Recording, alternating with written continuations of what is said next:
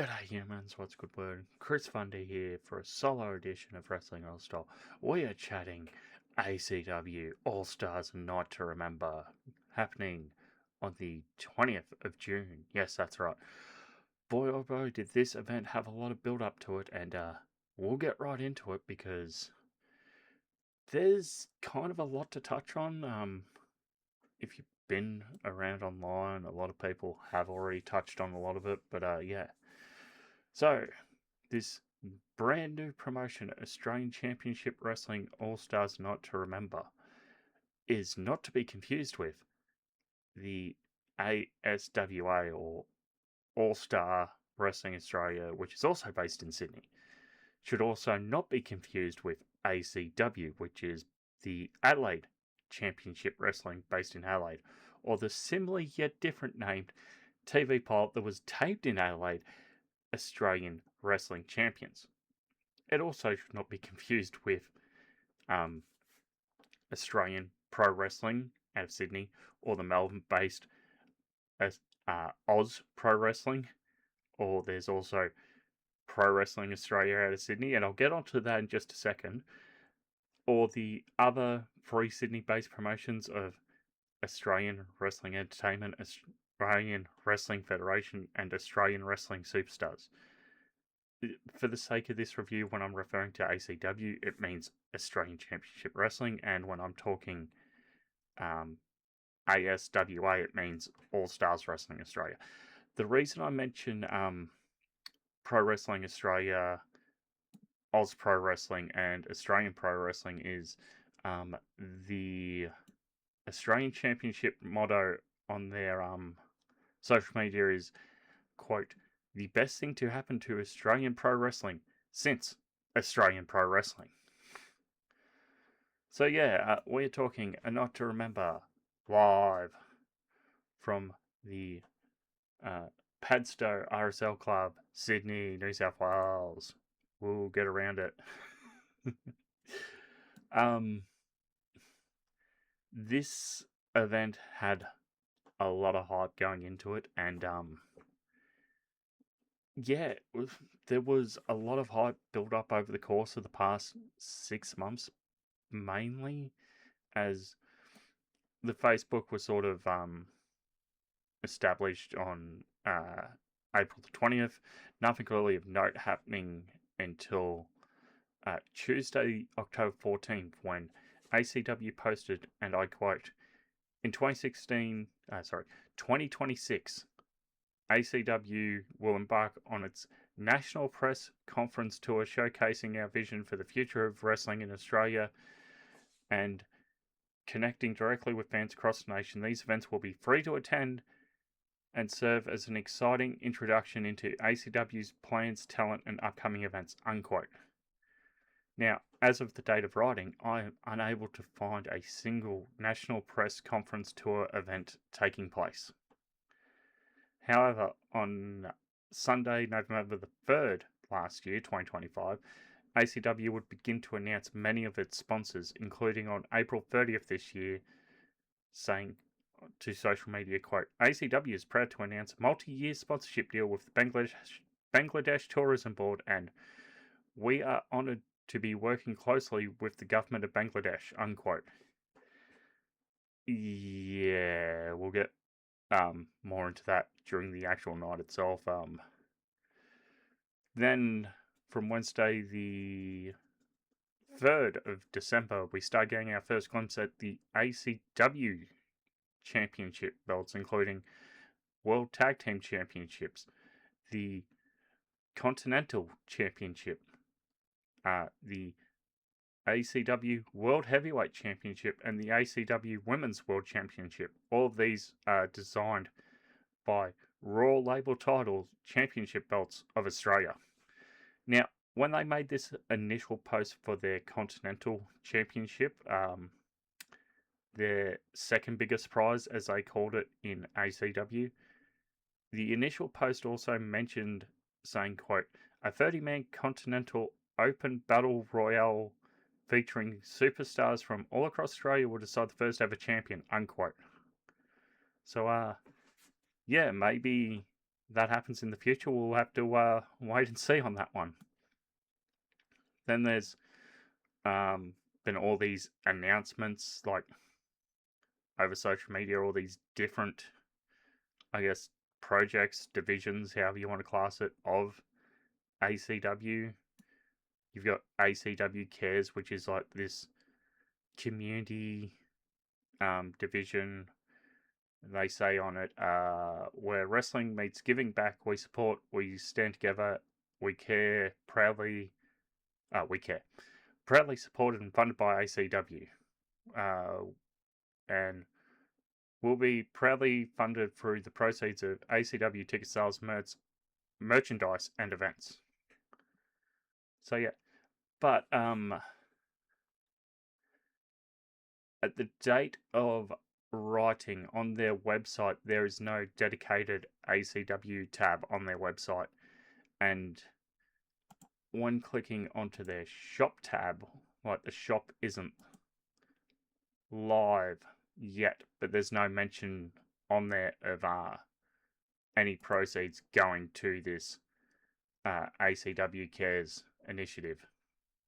Whereas if you're on the ticket page, it says $5 for every ticket sold will be donated to Aussie hay runners to help support Australian farmers and rural communities doing it tough. Then we get a bunch of different YouTube series announced. First one being Ringside Recipes, where wrestling meets nutrition, and where ACW superstars step outside the ring and into the kitchen. But as of date of writing, there's been no episodes released.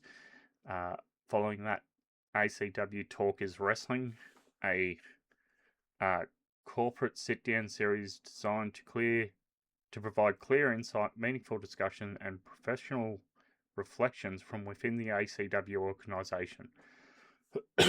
Excuse me. Later announcing Phil McAwesome of Down Under the Ring as the host. As of date of writing, no episodes have been released. There's the ACW Studios, which is like the headquarter for ACW. They also announced they were going to do a ACW Guest Star series, because it was the big trending thing worldwide on social media going into Christmas. But as of recording, no episodes have been released. For anyone who's been under a rock, the Guest Star series is like, there's a box with something inside, and people will put their hand in, touch the thing, and try to guess what it is in the box without being able to see inside the box.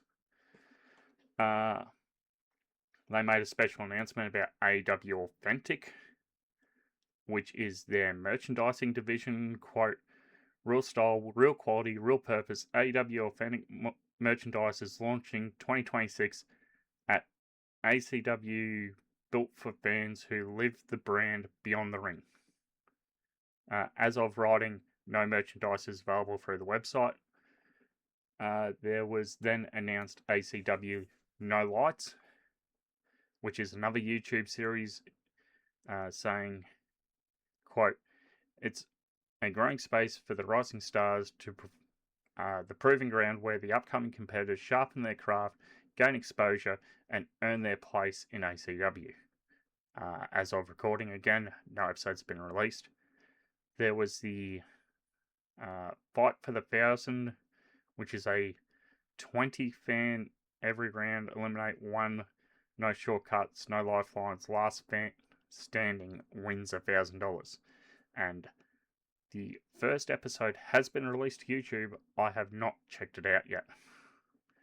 ACW also announced that they invested in a company car, a Toyota Hilux, and a merchandise truck.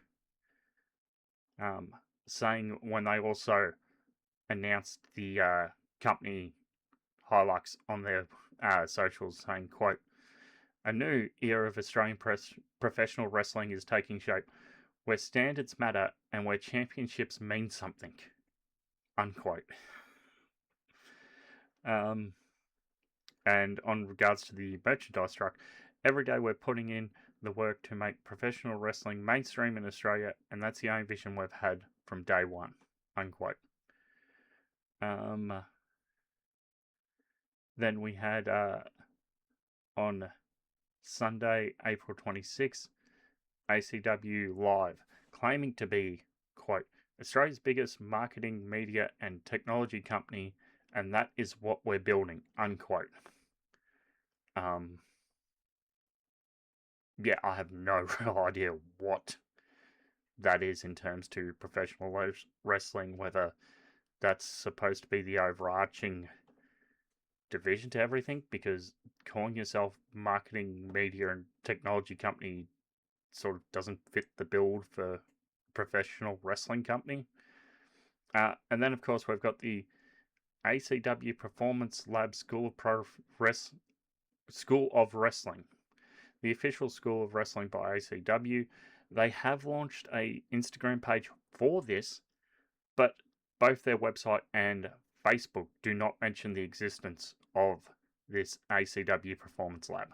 And you might be going, Chris, well, that just sort of sounds like a fan page. Well, when you go back and watch this A Night to Remember, look real close at that logo on the center of the canvas and you'll see exactly what I mean. So yeah, and then on as we get through some of the lead up here to their first ever show, Wednesday, October 22nd, 2025, ACW put out the call for, quote, Australia's next big wrestling star. And then nothing in terms of signees or wrestlers coming to ACW would happen until March 26, 2026, when Keegan Brettle would sign with ACW, becoming the first ACW exclusive wrestler. Others to join him would be Banisher, Christopher Jean Perry Remy, the general manager, who ACW note on their social media will have a behind-the-scenes creative role. Also, Tedzilla, Chris Masters. Yes, that Chris Masters, former WWE guy. Natila Benzen, my apologies if I've mispronounced that. An on-screen personality who also has a behind-the-scenes role in media and marketing team. And Adam Hamsey, my apologies there, a behind-the-scenes marketing agent. At the same time as they were making all these exclusive announcements, they also put out a post saying they did not offer an exclusive deal to the Puppeteer. On these social media posts, ACW would also add, quote, X officially signed with ACW effective immediately. They will not be taking any new independent bookings with any other sports entertainment or combat sports brand anywhere else in Australia unless they are approved and authorised by Australian Championship Wrestling, unquote. So yeah, anyone who's signed one of these exclusive deals, well, now you're going through here first, and we've had one show in June, and then the next show is supposed to be the September show. September show for Melbourne. So not a lot of wrestling in between. Should also be noted, whilst having the All-Star name and colours and using their championships on this first show, this was not an All-Stars Wrestling Australia event, as what started out with a working agreement between both parties broke down around the time when ACW posted on April 1st, 2026 to Facebook saying, quote, Australian Championship Wrestling has officially acquired All-Star Wrestling, unquote.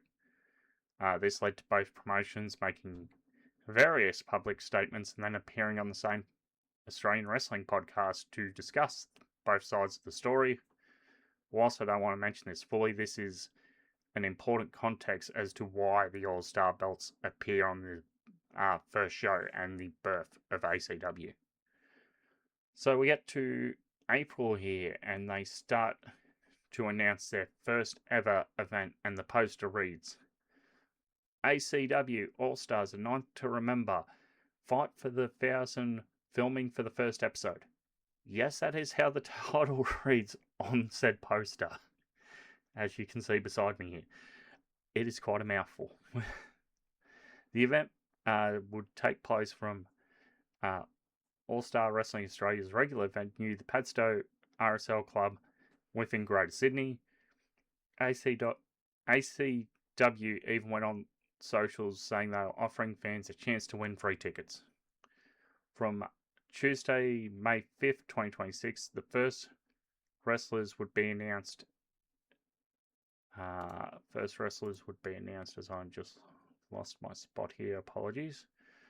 As All Stars Wrestling Australia Eastern States Champion Adam Brooks. And additional people would include EC Brownie, the Heavyweight Champion J Lord, Matt Hayter, Dan Archer, Referee Rach, Jay Gilly, Violet Blitz, Referee Michael, lead commentator James Sterling Wilson, official host Maria Ranowski, the ASWA Tag Team Champions Keegan, Brettle, and the Puppeteer, colour commentator Sam Villainous. I apologise if I mispronounced that one. SCUM, the tag team, Aries and Jimmy Zero, along with Tedzilla. They announced they would be honouring the legacy of Dazzler Dunlop. Also, Alex Lee and the MMA prize fighter James Long would all be appearing. Tickets for this event were insanely priced for a debut show at an RSL club. Your VIP main dining free course meal that also got your meet and greets and a custom entrance and experience set to be sat alongside entertainers, celebrities and influencers cost you $500 Australian dollars. Main stage seating, which gave you an automatic entry into this fight for the $1,120. Ringside seats were $65, general admission $55, and standing room $20. I think tickets were priced too high in hindsight. I think the tickets were priced probably too high beforehand, but according to their website, day of the show, they only had 13 tickets left available. They had sold out of all general admissions. They sold out of the VIP dining package. They had the VIP stage seating, had 9 seats left. Ringside had 1 seat left. And standing room had 3 seats left. So, pretty good job there, at least. Going into the event, we'd get like some promo videos on social media. Dan Archer cutting a promo on May the 29th saying everyone's here to talk about changing the game. Well, I'm not here to talk. Keegan and Puppeteer would cut a promo on June the 1st from a local kebab shop where Puppeteer says, and I quote, "I might lose the belt, and if I lose the belt, then ACW is not going to give me a contract, and I don't think the Bangladesh Tourism Board is going to like that." All this while Keegan responds with a mouthful of kebab. On June 7th, Blitz said, calls herself South Australia's greatest women's wrestler, and I'm coming to your little Sydney. But Sydney, it seems you don't have an opponent for me. Management just can't find me anyone that matches my level. And then June 17th, James Long says, I'm here to bring the real pain, this being the MMA prize fighter. Then we get 2 additional follow-up short videos of a training montage music video and then another music video of him backstage on June the 20th of him sort of strapping up pre-fight. Going into the show, confirmed matches were Keegan, Brettle and the Puppeteer versus SCUM, Aries and Jimmy Zero for the ASWA Tag Team Championships. We had Adam Brooks defending the Eastern States title against Matt Hayter, and also confirmed with Dan Archer versus EC Brownie and Alex Lee versus Violet Blitz. Going into the show, I'll admit I was very caught up in the hype. And I was like, okay, I want to see what you're going to do. 22 hours before the event happens, they announce via socials, oh yeah, we're also going to live stream this. Okay, cool. This seems like a pretty big deal. Let's go and check it out and see what's actually going to happen. And I was also interested to see what they're going to do to honor Ken Dazzler Dunlop, because again, their motto is the best thing to happen to Australian Pro Wrestling since Australian Pro Wrestling. So yeah, bit of context there. So now we get down to the actual show itself, the meat and potatoes, if you will. And boy, oh boy, we start off Australian Championship Wrestling, A Night to Remember, Fight for the 1,000, filming for the first episode from Saturday, June 20th, 2026. This event taking place from the Padstow RSL Club in the suburb of Padstow, Sydney, New South Wales. Commentary team for the night is James Sterling Wilson and Sam Vidanis, with an unannounced ring announcer doing the ring announcing duties for the night. The live stream begins after 9 minutes of waiting screens. Yeah, I'm not going to knock them for that. You can have a little bit of waiting screen, sure, whatever. A lot of live streams will do that, or they'll do a countdown clock or something. So yeah, is what it is. Once we actually get there, they do a pre-recorded welcome to country acknowledging the First Nations people. Then something I can only describe as wishing that they had chosen to pre-record, as we get the Australian National Anthem played and sung. And I use those terms very loosely because they decided to go with like a xylophone edition of the anthem, and this lady just completely butchered the anthem in an RSL club. And the faces of the old men in the background of the camera as she is singing just sort of say it all, as there's this one old guy who just looks completely disgusted at this anthem. I was also surprised the RSL staff didn't just come out and pull the plug right then and there. Okay, then once the anthem's done, we cut to the entranceway as the official theme song plays for the event, which commentary never identifies during the entire night. So their official theme song was Chasing Cars by So-So. I will admit there's a band I've not heard before, but then again, I'm the old man. I'm not hip with the youth. We cut back to the ring where General Manager Christopher Remy is now in the ring, calls himself ACW All Stars General Manager, and says, cheer as loud as you want because tonight will be a night to remember. Before he can get out of the ring, out comes the ASWA Heavyweight Champion J-Law, accompanied by Judy, but the name graphic reads James Sterling Wilson and Sam Villainous. Okay, sure, he's at the top of the ramp. You know, it's first night, we're going to have a little bit of production issues, wrong button. And once he gets in the ring, another great, his mic doesn't work, he's not working. And then the name graphic appears again, and if you've been online and seen results of this show, you already know, Carlito pops up.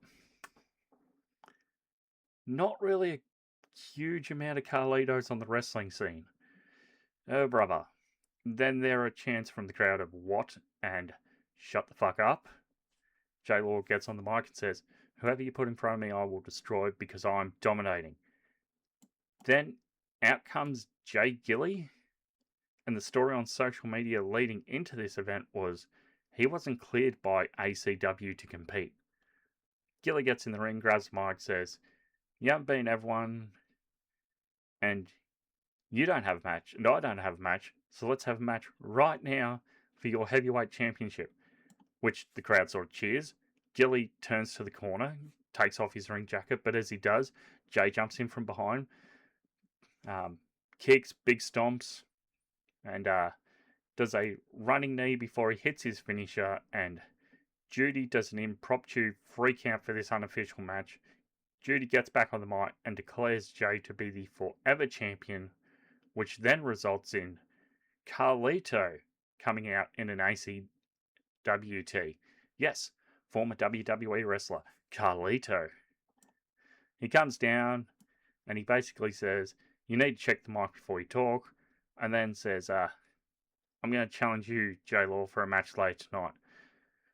But Jay wants to leave, so then Carlito says, oh, well, I wasn't talking to you, I was talking to Judy because she's got the balls in this relationship To which Judy then accepts the match on Jay's behalf.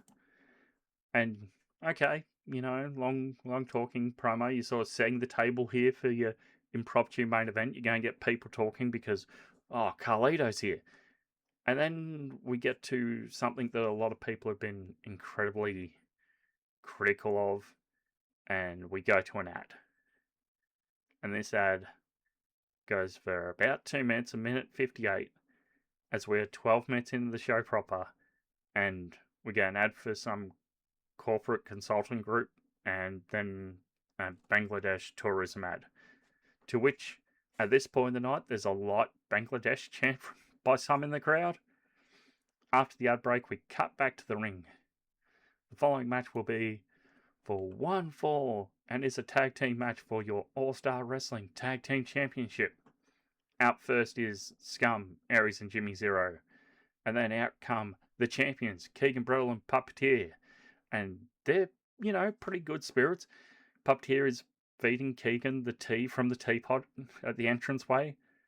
And as they get in the ring, they've sort of got their confetti cans, and then Puppeteer sets his off, and Keegan can't set his off, and then he just sort of throws it to the side, and that's where SCUM jumps in. I do want to mention at this point, I've seen conflicting reports online by different people saying the status of these championship belts going into this show, with some saying that Keegan and Puppeteer are still the champions, and others saying that ASWA did strip them of the titles and declare the titles vacant. So somewhere in the middle does lie the truth. We're about 17 minutes into the show at this point, and then commentary speaks for the first time, but they're not shown on cameras nor identify themselves at this point. So it's not until like halfway through this match where one of them goes, "Oh, what do you think of that, James?" that you realise this voice is Sam and this voice is James. So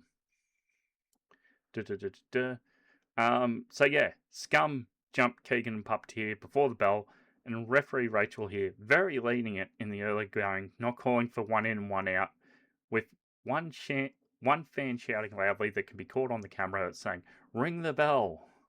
After 2 minutes 14 of ringside brawling, 2 men are back in the ring, one from each side, to which Ref Rach calls for the bell, needing to shout the timekeeper for a second time before it is actually run. So, yeah, look, first match of the night, growing pains for the first show. Okay, that sort of stuff you can sort of let slide. At one point, SCUM isolate Puppeteer while commentary is calling Keegan a man of honour. Keegan gets tagged in by Puppeteer and then cleans house. Keegan hits what fans are calling online a Bangladeshi destroyer on Jimmy Zero, to which Jimmy then goes outside, which leads to Puppeteer hitting a big elbow on Aries, and the champs retain by pinning the illegal man. I went back and I watched this a couple of times. Jimmy Zero does not tag in Aries. Aries is the illegal man when they do the pinfall. But, okay, whatever. First match, champs retain, cool.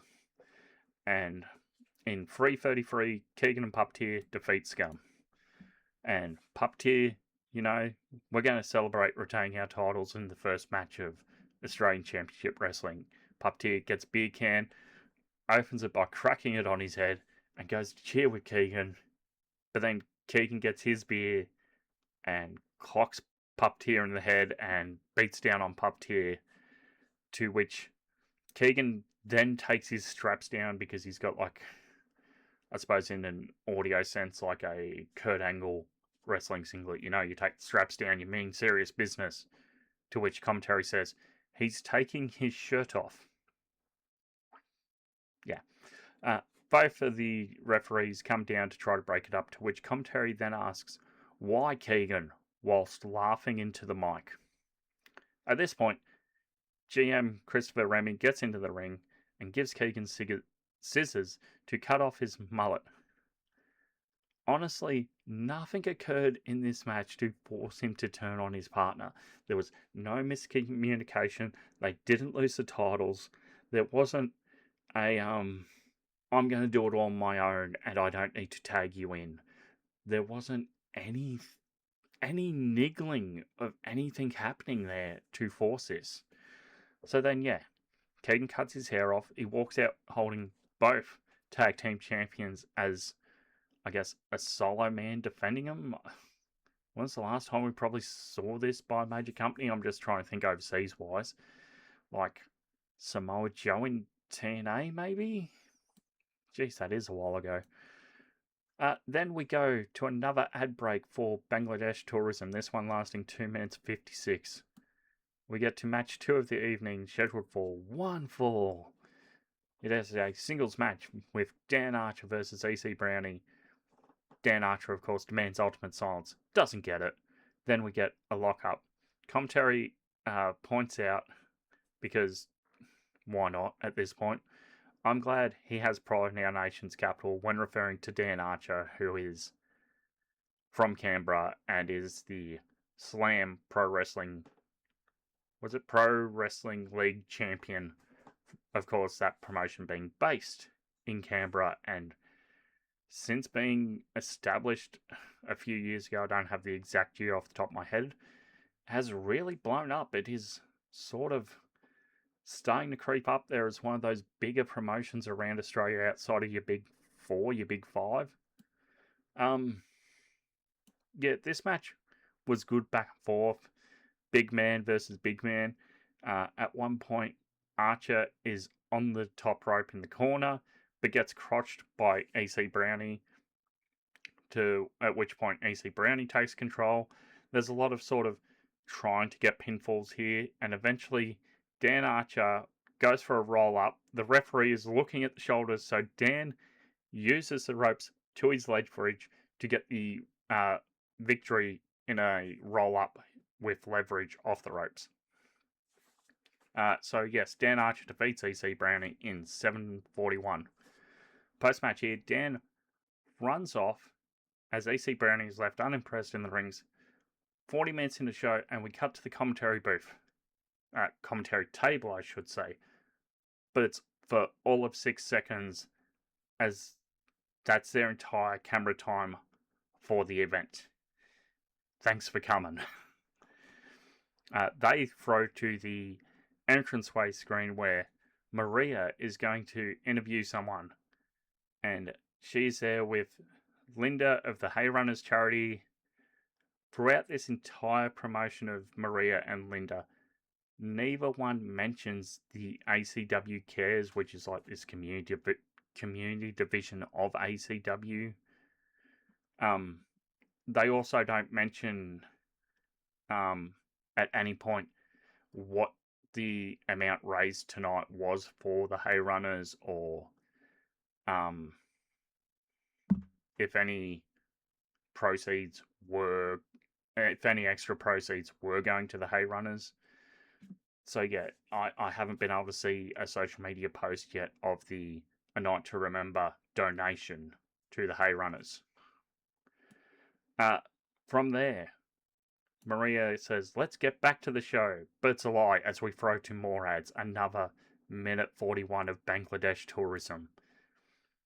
We return from our tourism ad to a pre-tape promo where some wrestler, not named by himself or ACW, except as Bro on socials, cuts a swear-laden promo about the last time in Padstow RSL, calls himself the biggest what if, but still doesn't name himself, and takes shots at All Star Wrestling Australia and the promoter, drops about 16 F-bombs, all of which were bleeped out. I still don't know who this guy is, because he never named himself once, nor did commentary, nor did the ACW socials.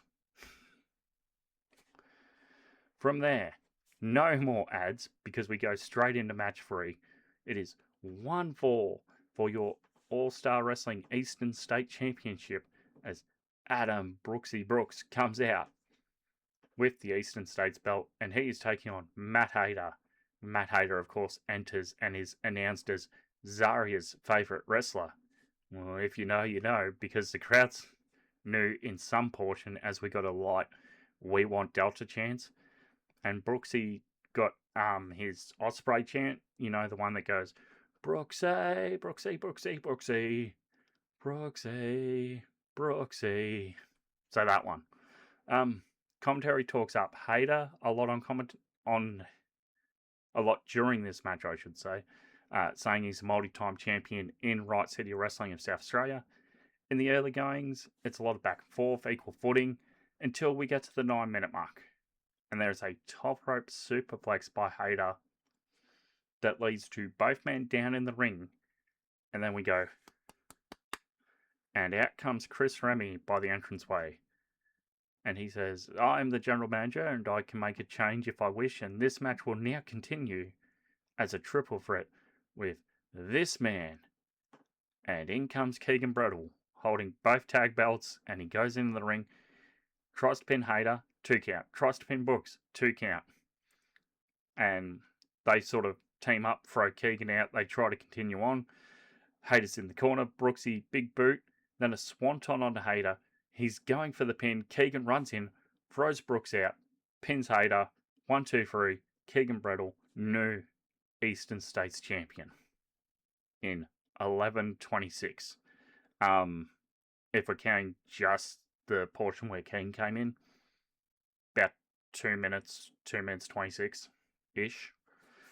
So yeah, post match here, Keegan gets a win, gets his title, flees backstage with the gold, while both Hayter and Brooks look disappointed in one another, but there is a sign and code of honor between the two lads as they go backstage. Commentary adds, GM Remy knows how to play this crowd and how to put on a good show. So, yeah. At this point, the ring announcer gets into the ring to make a special announcement, and he goes, ladies and gentlemen, at this time I'd like to make a very special announcement for a very special member of the audience this evening. And I'm sitting here at home going, oh, okay, this is going to be the time where they honour Ken Dazzler Dunlop. Nope. Ring announcer then goes, can we all please wish a happy 10th birthday to Joshua, who's a young kid in the crowd, to which the camera cuts to Joshua, and some of the crowd chants, Josh, Josh, Josh. And then the ring announcer goes, hope you have a great evening, mate. And then we cut to intermission. And intermission is 15 minutes and 8 seconds of advertisement. Bangladesh tourism. Bangladesh tourism. Bangladesh tourism. Local martial arts academy gym. And more Bangladesh tourism. We then get to match 4 of the evening in the women's division. They didn't say singles match. Come on. And it is 1-4. It is Violet Blitz versus Alex Lee. Violet enters, and I notice this. Her screen reads Violet Blitz, but her name graphic reads Violent Blitz. So, look, okay, again, probably should know the name of the people on your show. First night problems, sure, whatever, you get past for that. I actually let her entrance song play for a full minute before she comes out to the, I'll just say the entranceway where the entrance screen was to show which competitor was coming out. Yeah. She comes out wearing an ACW tee, despite not being exclusive. Commentary before the bell rings talks up Alex Lee's trainer, that being former ECW, WCW, and WWE wrestler, the Canadian Lance Storm. But at the same time, commentary keep calling Violet small. But I don't see why. There's I looked this up, there's 15 centimeters between the two. That's not a huge difference. To most wrestling matches, that's not a huge difference. And I'm quoting this verbatim from the commentary team on the night. Quote, when referring to Violet. Okay. Quote. Trained, of course, in RCW, the legendary Adelaide-based promotion. I mean, it's good. It's now ACW. Why? Who does that help? How does that help Violet? How does that help the story of this match? How does saying, oh, this promotion that has given us probably two of the biggest Australian wrestlers of the past decade, not female wrestlers in Rhea Ripley and Zarya. And you're going, yeah, that place is good, but it's not as good as what we got happening here at ACW. There's a way to do that and not shit on another promotion, especially one that is considered to be one of the top tier promotions in this country. You can go, when referring to Violet, trained, of course, in RCW, the legendary Adelaide-based promotion. And if you too want to be a wrestler just like Violet or Alex here, check out the ACW website, as we'll be launching the ACW Performance Lab very soon. You can see the logo right there on the ring mat. Not that hard. You direct people to the website, you get people who are interested in training, signing up to your email list, and you're making both of these wrestlers look good at the same time. How? How is it that hard? Oh. And the other thing is, Violet, who I think is an underrated wrestler on a lot of places, because she does a lot of her work in Adelaide still. Current Adelaide Championship Wrestling Women's Champion still, I believe. I'd have to double check my notes for the past weekend. But, point being, Violet is trained by RCW. And one of her trainers is Matt Hayter. And Matt Hayter was on this show. The same Matt Hayter you were talking up so much before intermission. Did commentary just not have notes?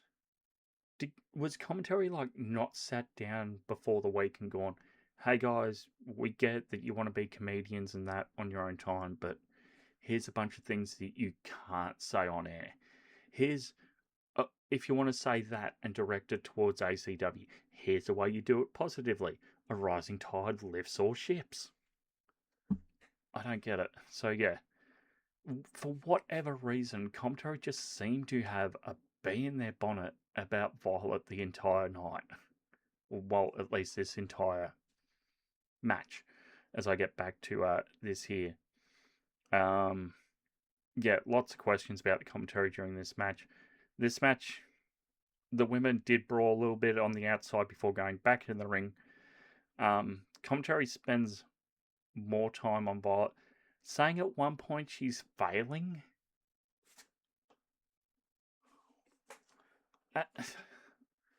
Why? I don't get it. Then, whilst they're saying that she's failing, which I completely disagree with, Violet hits a spinning neck breaker out of nowhere and gets the pinfall victory in 6-12. So yes, Violet there defeating Alex Lee.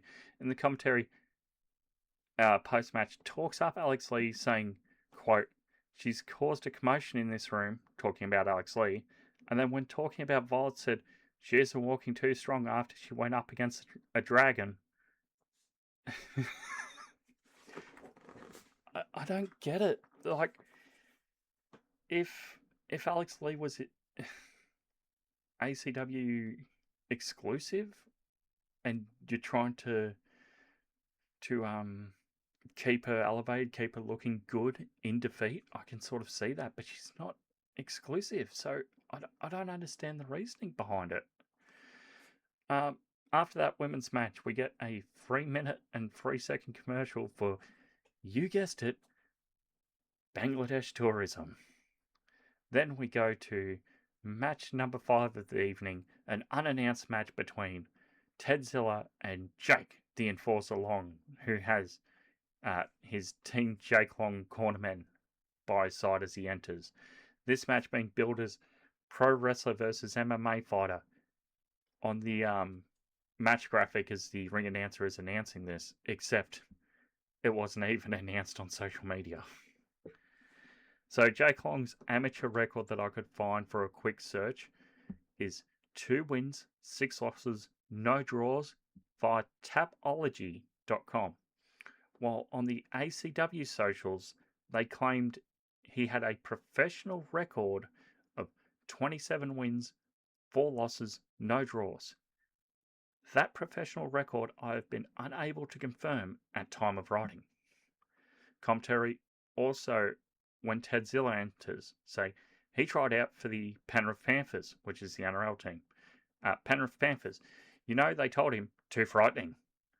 Well, I wouldn't want to go up against him in the try line, would you, James? Is that the one with the ball that's the wrong shape? We'll get back to that later. Why? Who does that help? You are a Sydney-based promotion where the dominant football code in Sydney is rugby league during rugby league season.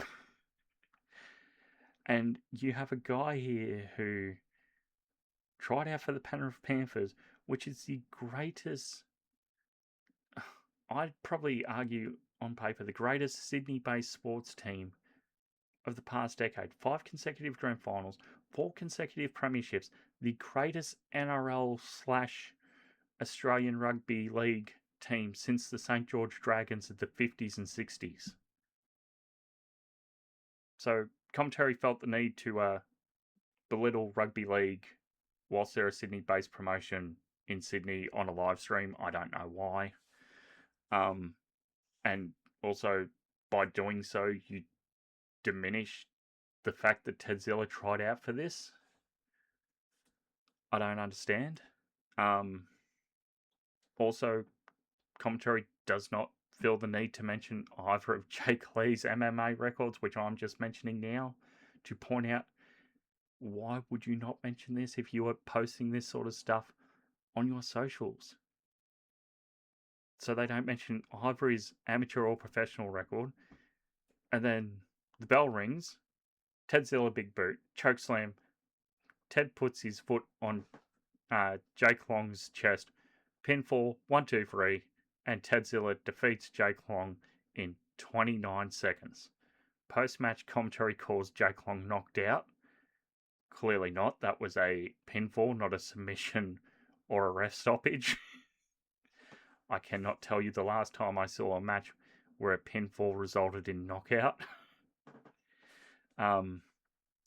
Maria's in the entrance, in the rampway, goes to ask Tedzilla for some comments. Tedzilla just blows her off and walks backstage. Commentary calls the match, quote, a rip-off. And then, because Maria's mic is still live, we hear kids yelling into the mic, Tedzilla rolls! As we cut to, and you guessed it, another Bangladesh tourism commercial. 3 minutes and 1 second for this one. Then, we cut back ringside for the honouring of the legendary Ken Dazzler Dunlop. Cue the official theme song, playing so loud I can barely hear the ring announcer introduce Ken, and we get a light Ken chant by some of the fans in attendance, but we don't get an interview, and then we just go to more fucking ads. Like, who booked this? Like, why bring this guy here to honour him here in person if you're only going to give him a minute 18 from the time the graphic appeared to the time you cut to the next commercial? A minute 18 total from the end of one commercial to the next. I don't understand. So, I don't understand. I could barely hear what the guy was saying. Could barely hear him. But yeah, this guy here has his own autobiography. The guy Australian Parliament did a better job of honouring than your wrestling show. How? How? How? You have the money. Do it right. Anyway, so yeah, Ken, pioneer in Australian wrestling, the first openly gay pro wrestler in Australia, hence the cover of his book there. But yeah, over 500 matches from 1978 to 2000, won the Australian Light Heavyweight Championship twice, once as Red Baron and once as Ken Dazzler Dunlop, won the Australian Heavyweight Championship on 4 occasions, won the Australian Tag Team Championship on 15 occasions, 12 times with Wayne Lofty Pickford as the Fabulous Kangaroos, twice with Shane Ace Fulton as the Oz Rockers, and once with Red Hot Ricky Diamond, his younger brother. Published his autobiography, Dazzler Dunlop, Inside My Squared Circle, in 2021, and awarded an Order of Australia Medal in 2026 for his services and contributions to professional wrestling in Australia, the only professional wrestler to hold this honour. Then in February of this year, Australian House of Representatives member for Baden Ash Ambajihia, I apologise if I've completely butchered that again.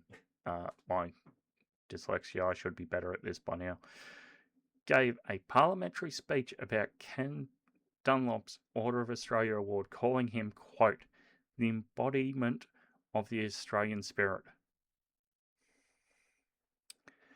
Ken got a minute 18 here, from the end of one ad to the start of another. The ad before him, 3 minutes and 1 second. The ad break after him, 3 minutes and 5 seconds. Both ad breaks, Tourism Bangladesh. Now, I do not run a wrestling show, but wouldn't you go, maybe we can move this Tourism Bangladesh a little bit later and switch it up here?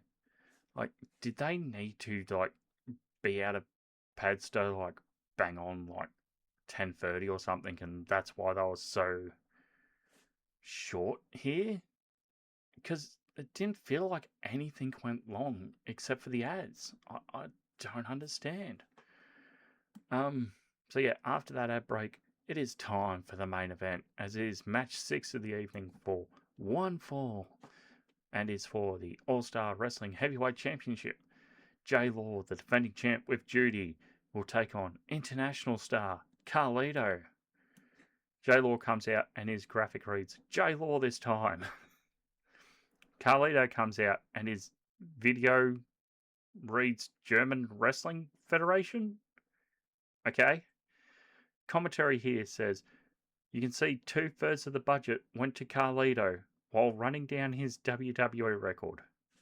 Yes, an unannounced international superstar who was unadvertised, so drew $0 and you spend 2/3 of your budget to that. That is such a dumb line by commentary.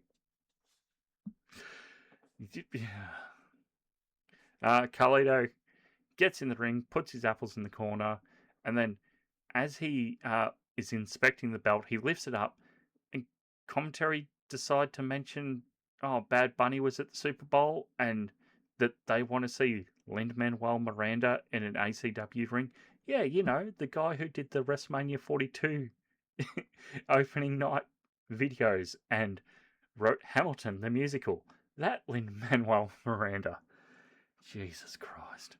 They say at one point when J-Law and Carlito are brawling ringside, sitting right there in front of the legend, Ken Dazzler Dunlop even. Yes. They called Ken Dunlop the wrong name on commentary. It's not like you had posters advertising the man would be there and just had an acknowledgement ceremony before this main event. Come on, guys. This match is just a lot of brawling around the ring before the finish.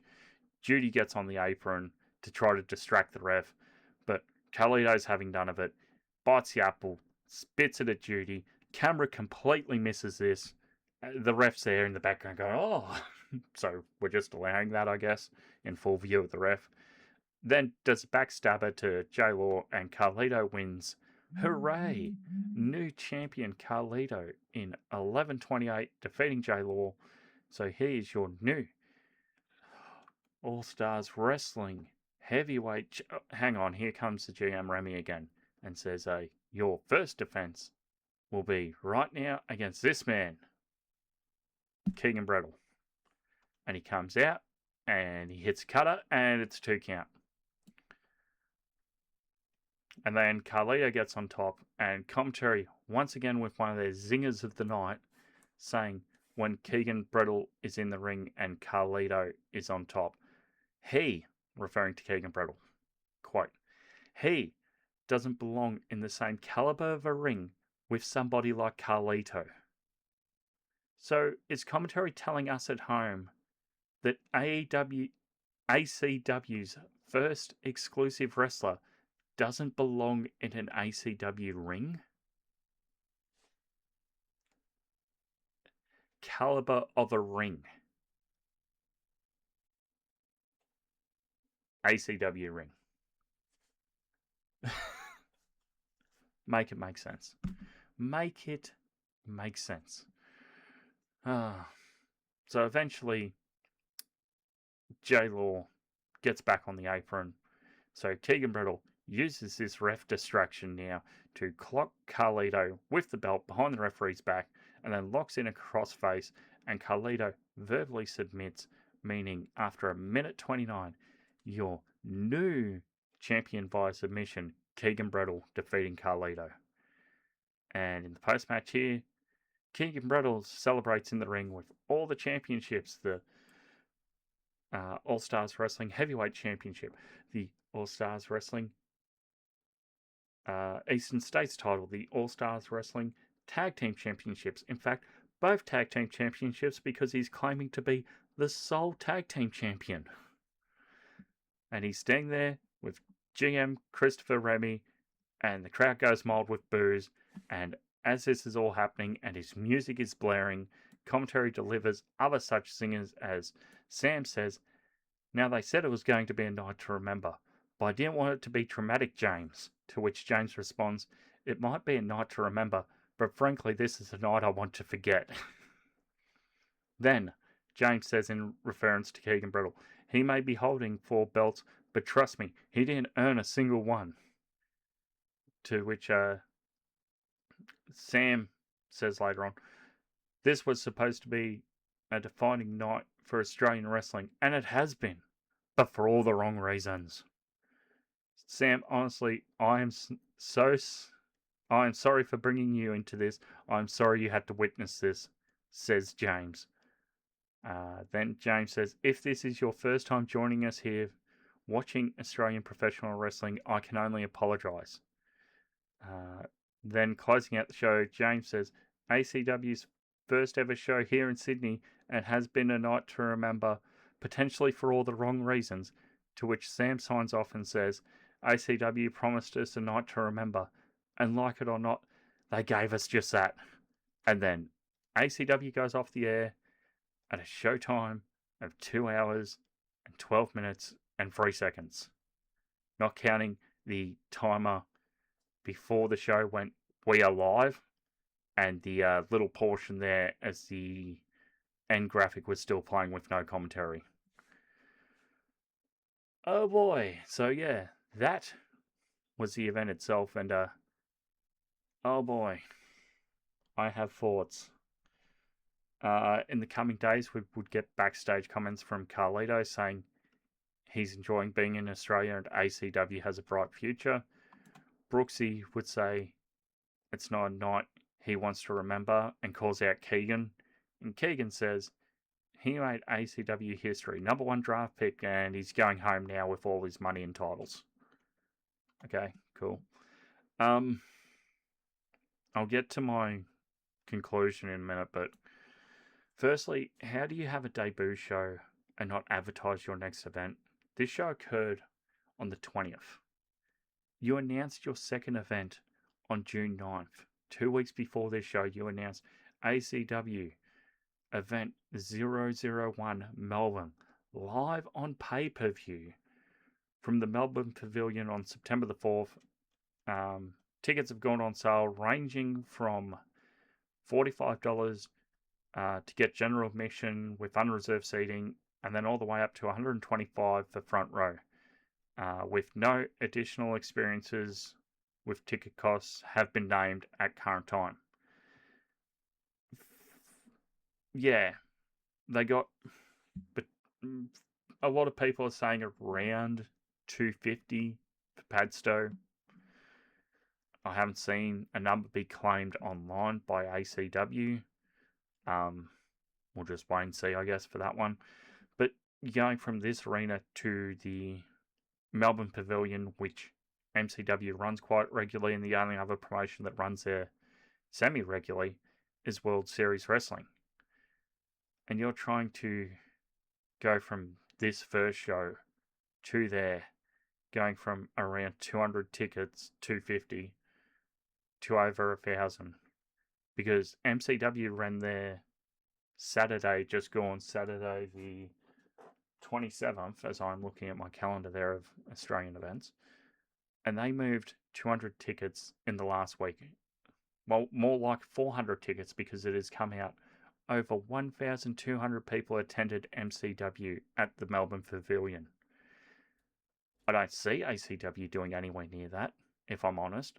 I would like them to be successful. I'd like there to be another player where Australian wrestlers can go and get paid and earn a decent amount of money. That'd be great. I just have to be realistic and just say I don't see him filling that arena. Secondly, what in the VKM is going on at ACW HQ? A partnership with Saudi Pro Wrestling. Well, colour me confused, dear listener, because this came right the fuck out of left field, as ACW is going to WrestleMania 2027 in Saudi Arabia. Both Alex and I have commented many times about the WWE's long partnership with Saudi Arabia, including the behind-the-scenes things like that time in 2019 when WWE's plane was grounded, among various other incidents and allegations, and yeah. I don't like it. So, at the moment, you have no women wrestlers who are ACW exclusive. For this sake of example, let's use Alex Lee. Let's say Alex Lee signs and becomes a ACW exclusive, just for the sake of this example. You take your men's roster, your Keegan, your Tedzilla. I'm just trying to think who, and no, those were the only two who appeared on your first show. Only 2 of your 4 exclusive wrestlers. You're taking those 2 to Saudi. Do you compensate Alex Lee or any exclusive female wrestler you have because you're going to do a show in Saudi? Because I don't think ACW can pull the "we're pro wrestling, pal, we need our women to come over" like the WWE did. I don't see that happening. I honestly do not see that happening. And then you have the and again, this is just hypothetical, using a named wrestler from this show as an example. Now, not naming names, completely hypothetical here. Let's say somebody does look at ACW and it's like, you know what? They've had Ken Dazzler Dunlop on. I'm gay. I'll go and do a show at ACW. Bangladesh, you've got a multi-year agreement there from their sponsors. Do you know that you can go to jail for 10 years over there for being gay? Not to mention the it's not exactly free love and spirit over in Saudi Arabia either for that. So yeah, you honour Australia's first gay wrestler and your major sponsor all over the show as a country he cannot go to without fear of being imprisoned for 10 years. Fucking dumb. Where can you watch this show? If you choose to go and watch this show, you can do it on YouTube. Match of the night for me was Dan Archer and EC Brownie. It wasn't really much else competition-wise. What match was I looking forward to the most? Hayter and Brooks. And that match, I will say, fair credit to the guys, was pretty good until Keegan Brettle got inserted. For no reason whatsoever. For no reason whatsoever. Yeah. What do I rate this event? 2 thumbs down. Yeah. Commentary, just on another planet the entire night, laughing during beatdowns, talking up the trainer and Matt Hayter to bury the student in Violet the next match. Complete disregard for storylines. That's not doing your homework, not mentioning Jake MMA record, not telling us who Bro was, cutting that expletive-laden promo, for just poking fun at Tedzilla for trying out for the Panthers, poking fun at Canberra when Dan Archer's in the ring. Who does this help? Continually putting down Violet during her match, saying that she's small and she's failing. Why? And misnaming your legend you had ringside. Dunlop. It's Dunlop. It's on the graphic. So where to next? I assume All Stars Wrestling Australia gets their titles back. So Keegan will just be forced to vacate all 4 titles he currently has, which is the heavyweight, the Eastern States, and both tag team championships. But given we'd already seen the ACW championships on social media, I thought, okay, they're doing something here at the end of the show. Remy's there, you're going to do something huge and impactful, and this is the way you're going to divorce yourself, split off from All Stars. No. I thought, okay, Keegan comes out and he cuts down a promo, and, from the likes of your J Laws to whoever else has held this title, Adam Brooks and they can all kiss my ass because I'm not the man who carries the flame of a company that died RIP 7 months ago. I am the ACW World Heavyweight Champion. Yes, for those who don't know, that is Shane Douglas, ECW, when he wins the World Champion. He goes from your Harley Race to your Dusty Rhodes to your Ric Flairs. And he throws down the NWA title and he declares himself the ECW World Heavyweight Champion. Also, negative thoughts. Having Ken Dunlop on your show, the commentator calls him Dunlop. Okay, whatever. Having a legit Australian wrestling legend on your show and his entire portion is less than 1:20, to which you can't hear anything that is being done to honour him because the music is blaring so goddamn loud and you do not even interview him. It's a sad state of affairs when the government can honour wrestling better than a wrestling show can. Other little nitpicks here. How do you have 2 marketing and media people, yet there's no one policing your own live chat on YouTube with people using vulgar terms during the women's match? At the end of the show, fans are just plugging other wrestling promotions and people saying things like ACW was a mistake. At one point, everyone was piling on about something, and the ACW account just popped in there and said, like if you hate ads. So going the rage baiting approach with that, I can see. How do you have your ACW Performance Lab School of Wrestling logo front and center the entire night on the canvas, and yet commentary doesn't even mention it once?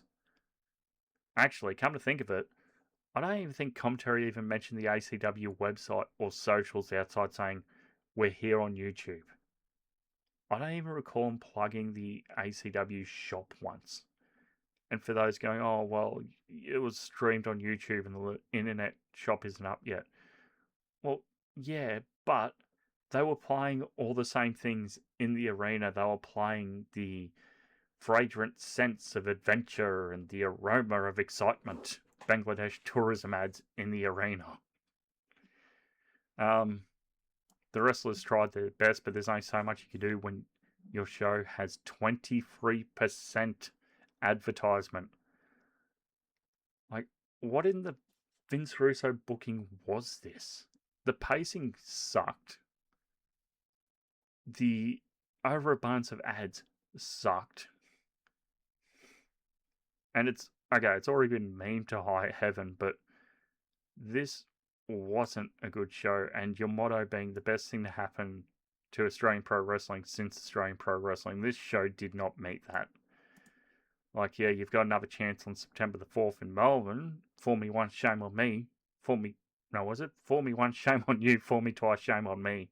And I assume a large portion of the Australian wrestling community is feeling the same.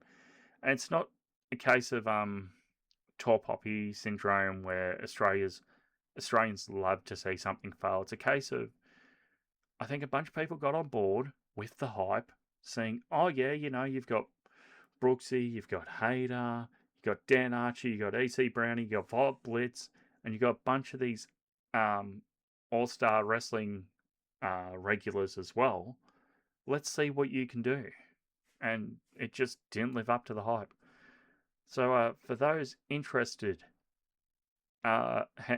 anyone who follows Wrestle Talk would have seen Ollie Davis's wrestling chocolate related video.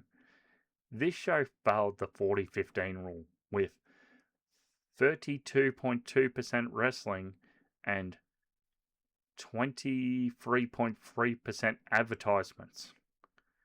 By comparison, the commentary was on camera for 0.04%. The Hay Runners lady was on camera for 1.6%. The kid's birthday was 0.4%. And honouring Ken Dazzler Dunlop was 0.9%. The Hay Runner lady got more time than Ken Dazzler Dunlop. Yeah, that's sad. But breaking news, if I can find it here, as I just had it up a moment ago. Where are you?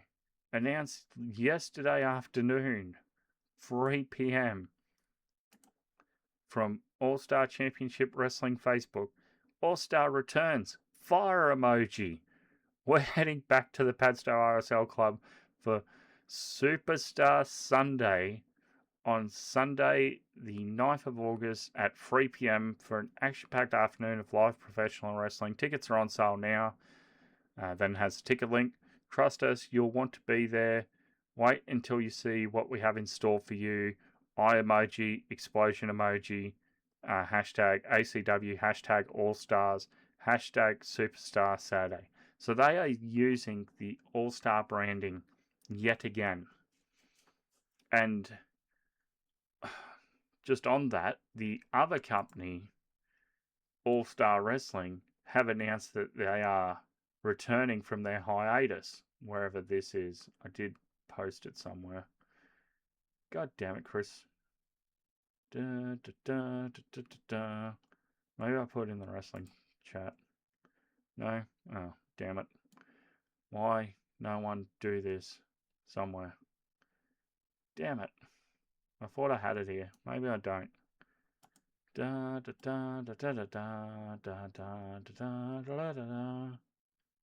No? Bugger. But, yeah. Hang on, I will find that as I'm on air. All Star Wrestling Australia. Because All Star Wrestling Australia is coming back. New South Wales. To New South Wales and around. Upcoming events. Okay, so July they're out west as they got 2 nights in Carrabra and Widgelet. Jeez, haven't heard of those places before. My apologies. August, they're going to Newcastle. September, they're going to Forbes for 2 nights. And then October, they go to Cowra for 2 nights. And this, not All-Star, my apologies, All-Star. This ACW is the 9th of August. 9th of August.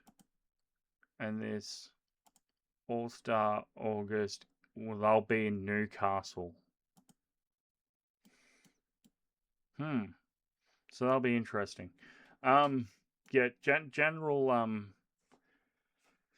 I guess, consensus online for this show was it sucked. It was not good. The wrestlers, no one's really criticizing the wrestlers. It's the pacing of the show, the constant advertisements, the commentary, and my own nitpick is just like, why are you not going, oh, and next time we'll have we'll be coming to you from Melbourne, stay tuned to our socials, blah blah blah blah. Tickets for this Saturday show are $55 ringside, $45 general admission, or you can buy family tickets of ringside, 2 adults, 2 kids under 12, $165, or general family, 2 adults, 2 kids, $135. So that 55 is 110. So it's $25 more for 2 kids. Yeah, I think that's right, if the math works out. But yeah, it'll be interesting to see what happens with this second show. Whether or not it can improve, because believe it or not, I do want to do well, and I do want wrestlers to get paid well, because end of the day, if the wrestlers can get paid well, that is another win for the Australian wrestling community. Alright, we are going to sign off there. I'm going to try to catch MCW this week, because they posted their Ballroom Brawl last night as I'm recording this.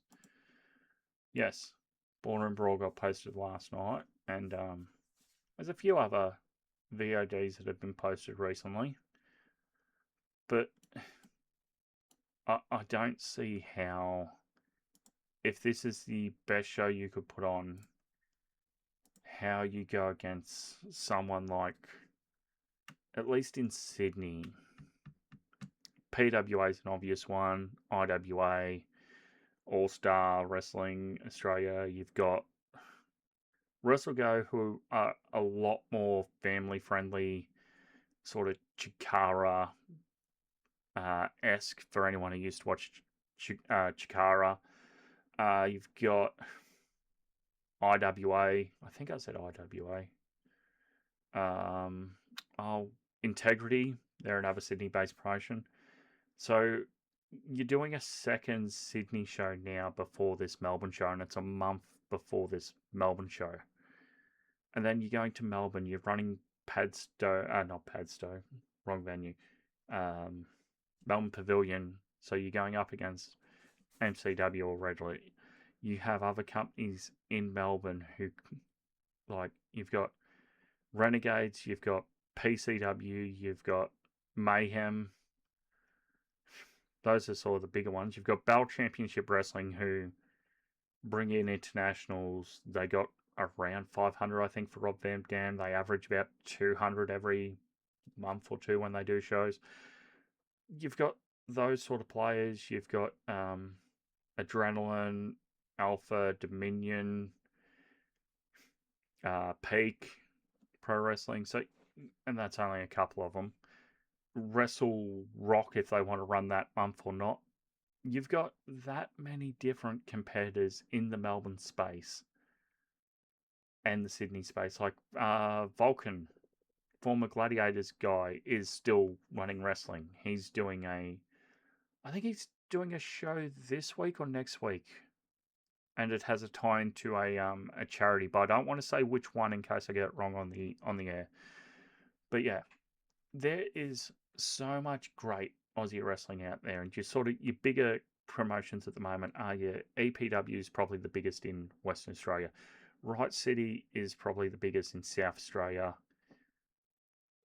Yeah. MCW is probably still the biggest in Victoria. You've got PWA's the biggest in New South. You've got Slam from the ACT, which is the biggest from the ACT. You've got Pro Wrestling League, which I'd argue is probably the biggest in Queensland. And then you've got, if we're including our friends over to Ditch, you'd have Southern Pro Wrestling from Invercargill, New Zealand, which is probably the biggest one across both islands of New Zealand. Now, that being said, everything offers something different. Then you've also got Lucha Fantastica, which is a touring show, does all its lucha style events, has both family and adult shows. You have World Series Wrestling that focuses heavily on bringing in international stars and having them go against local talent. You have OPW, which has just stayed in Victoria recently, but the whole thing behind that promotion initially was to be another touring company similar to WSW, I believe. And then you've also got New Japan Pro Wrestling Tamashii, which has its tie into the Fale Dojo, which is the official New Zealand New Japan Pro Wrestling Dojo. And they haven't done an Aussie show in quite a bit, but they're still pretty active in New Zealand. And when they come over, they do tour Australia a little bit.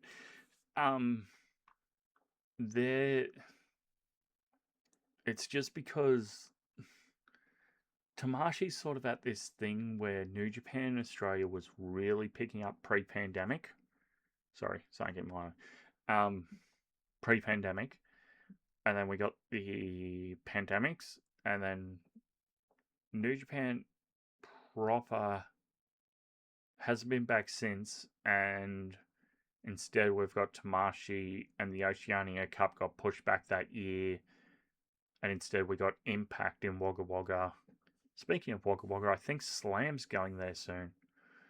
But yeah, and then Tamashii itself formed properly. They did the tournament across Auckland, Sydney, Melbourne to do the first Oceania Cup, and now they've got the tag champs as well, which actually, who are the tag champs? Because it's not the trainers anymore, it's the young guys there. It is the Ungrateful Ones, who I actually saw at that Tamashii show in Brisbane a year and a half ago now.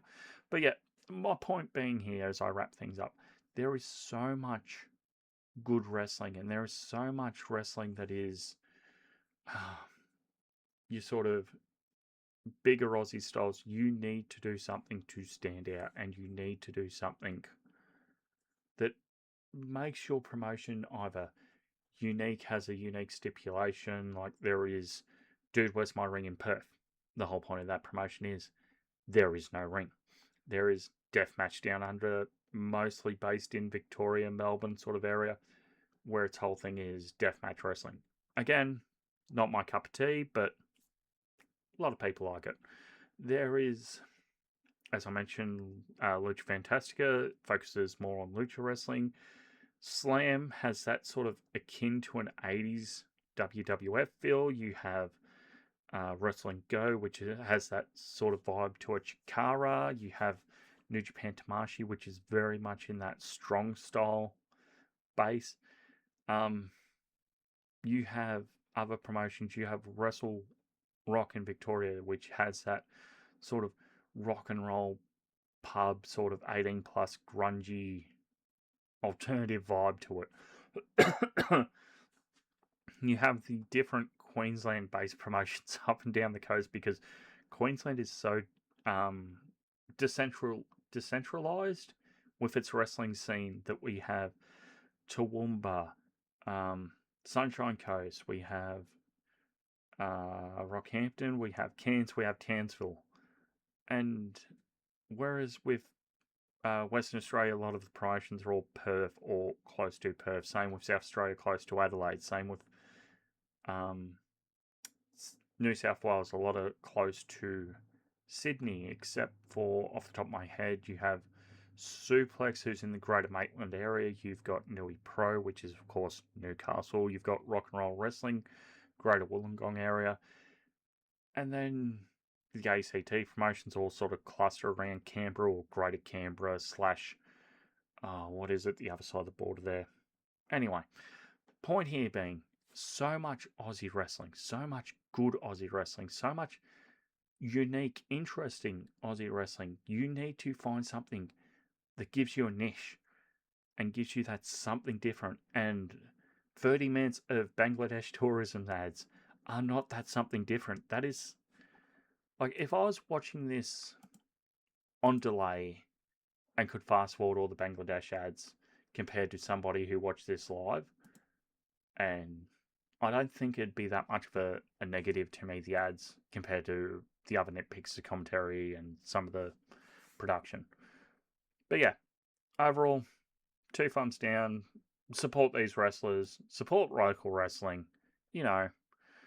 But I hope the next show on whenever the hell it was, because it only just got announced, on August the 9th, can turn things around. So you've got a month. You got about 6 weeks to turn this around. Yeah. I hope they can. I really hope they do, because it would be beneficial to the Australian wrestling industry to have multiple options to work with. Alright, well, that being said, I'm Chris Funder. You can follow me at I'm Chris Funder on socials. You can go back, listen to the Wrestling All-Star archive for free on SoundCloud, Google Podcasts, TuneIn, YouTube, or using the RSS feed found the show notes below for your podcast choice. Come join us on Discord. Let us know what you think of local wrestling and what I should chat about next. Also, we are on all the socials. Go to linktree/wrestling Ozstyle and you'll get all our links. All the stuff's in the show description down below. You know this by now. Nothing left to say but good day, and we'll speak to you next time.